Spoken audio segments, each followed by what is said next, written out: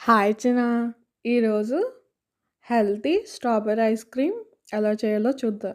ముందుగా 250 ml ఆవు పాలుని stove మీద పెట్టి మరిగించాలి ఒక పొంగు వచ్చే వరకు.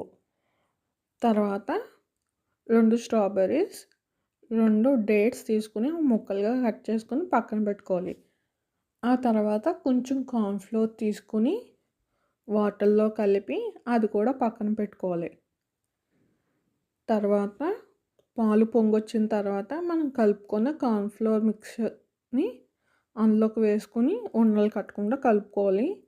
కొంచెం థిక్ పేస్ట్ కింద వచ్చేలా చూసుకోవాలి. అలా ఒకవేళ పేస్ట్ రాకపోతే మళ్ళీ కొంచెం పిండి తీసుకొని నీళ్ళల్లో కలుపుకొని మళ్ళీ పాలల్లో వేసుకోవచ్చు.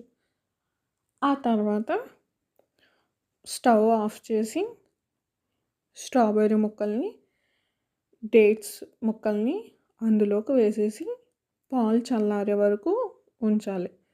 పాలు చల్లారిన తర్వాత ఆ ముక్కల్ని మళ్ళీ తీసేసి మిక్సీలో మెత్తగా మిక్సీ చేసి పాలను కూడా ఒకసారి మిక్సీ కొట్టి ఒక బాక్స్‌లోకి వేసి ఇదంతా ఫ్రిడ్జ్‌లో పెట్టాలి నైట్ అంతా.